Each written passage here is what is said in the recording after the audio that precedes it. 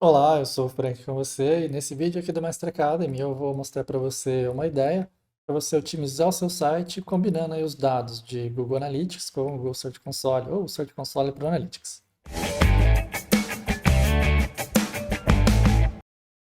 Se você ainda não sabia, existe uma integração nativa entre o Google Search Console e o Google Analytics, uma integração que aparece nesse relatório dentro de aquisição, Search Console e Landing Pages, né? Tem 4 relatórios aqui na verdade. Eu vou usar o de Landing Pages. E se por acaso você chegar até aqui e não estiver visualizando dados, é porque a sua integração ainda não está feita. A integração é simples, vai ter o botão aqui para você clicar e seguir com ela. Então, se o seu site já está validado no Search Console, é só escolher o site, dar uns OKs por ali. Se não tiver validado no Search Console ainda, é fácil validar também, segue as instruções de tela. Eu explico em detalhes como fazer isso no curso de Analytics. Você pode aprender por lá ou então na academia também. Mas, feita a reintegração, você vai ter os dados dentro do Google Analytics, são essencialmente os mesmos dados que existem no Search Console, porém no Analytics você tem a vantagem de combinar com outros dados, e é por aí que a gente vai caminhar. Para começar, tratando-se de SEO, eu vou sugerir você ampliar o período de tempo que você vai avaliar aí essas informações. Como o SEO não costuma ter um resultado rápido, sim, né? Você faz um dia, dá outro, na próxima semana. Recomendo que você faça aí um período de 3 meses, 6 meses, 12 meses até às vezes. Se você nunca fez isso, talvez seja legal para identificar já grandes diferenças em torno de um ano todo de trabalho.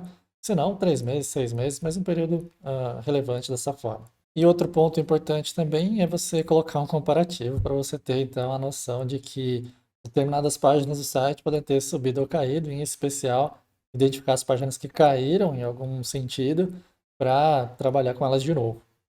Quando você habilita a opção aqui do comparar, ele automaticamente seleciona o período imediatamente anterior, né? Navegando aqui no calendáriozinho, ele registra em amarelo, na marca em amarelo, que período está sendo avaliado, que é os 3 meses imediatamente anteriores. Particularmente, eu vou te recomendar, na verdade, comparar com o período do ano anterior, né? Outra opçãozinha aqui de modelo padrão, ele troca as datas aqui embaixo, né? E vai para lá no ano passado, então, mesmo período que eu escolhi deste ano, né? Dá para ver pelas datas aqui também. A ideia de escolher com o mesmo período do ano anterior é para você compatibilizar sazonalidades, né? A título de exemplo, o próprio novembro que está aí incluído no período.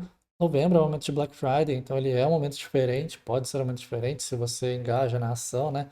E aí comparar, por exemplo, novembro imediatamente, né, com setembro, agosto ou julho, ou até se você pegar outro período diferente, você pode ter uma visão parcial das coisas, uma visão meio modificada das coisas. Não tem problema, você pode fazer a análise do período imediatamente anterior, mas aí vale esses pontos de atenção, né? O quanto uma sazonalidade específica de um dos dois períodos pode estar influenciando o que você está vendo.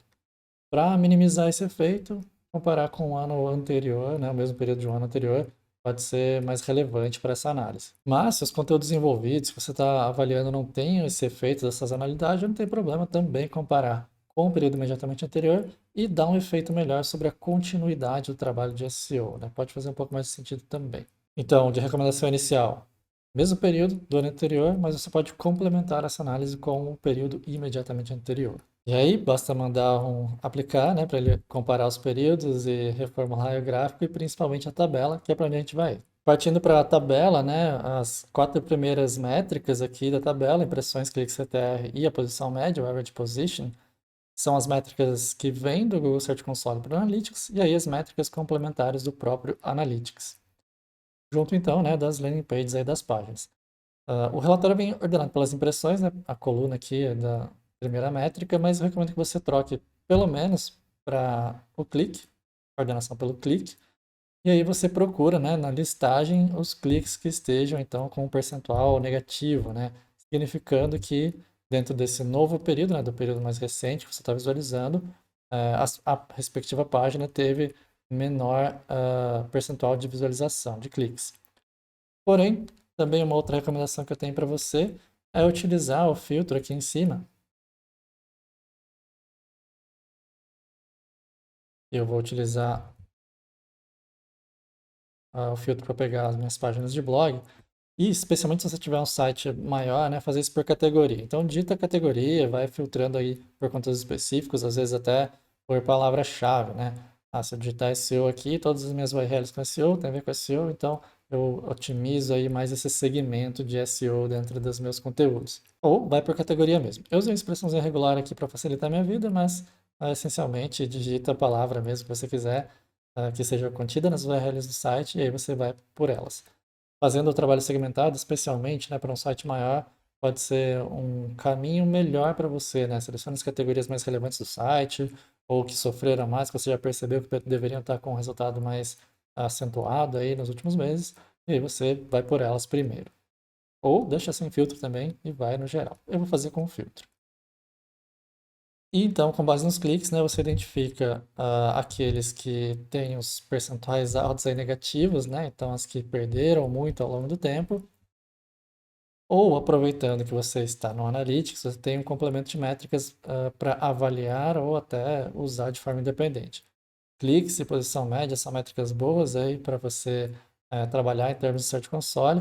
E aí, com o Analytics você complementa essa avaliação em torno de, às vezes, taxa de rejeição, a página pode ter piorado nesse quesito também, ou ainda, né, conversões, que pode ser o ponto mais interessante. E das conversões, seja uma específica que você tenha configurado, que seja relevante para a análise que você quer fazer agora, seja e-commerce mesmo, tudo bem também, ou todas as metas, né, para você avaliar um conjunto aí de tudo que você acompanha.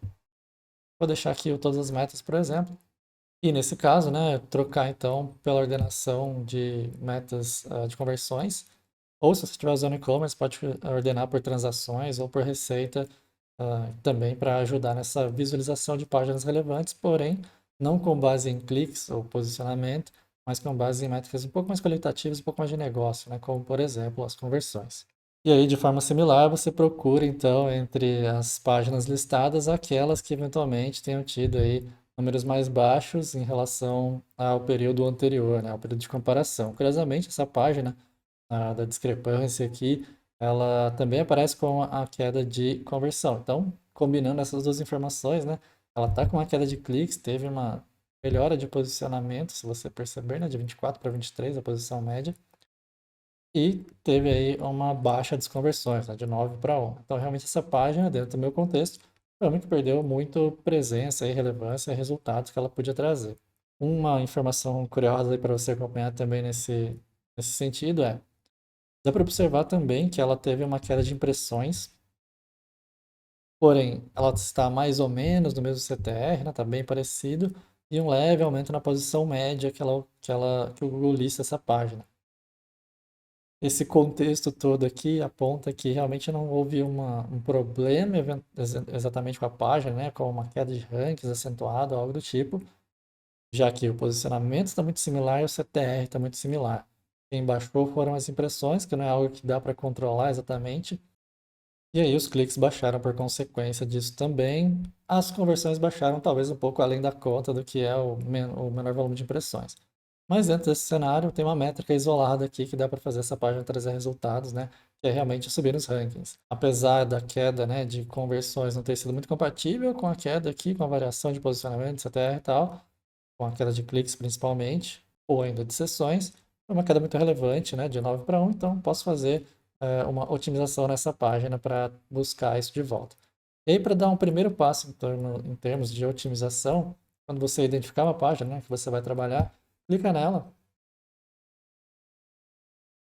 E aí o Google Analytics vai listar para você as palavras-chave, né, que o Search Console reporta em torno, né, que levaram pessoas até essa página, ou pelo menos, né, que o Google imprimiu lá, mostrou entre os resultados de busca.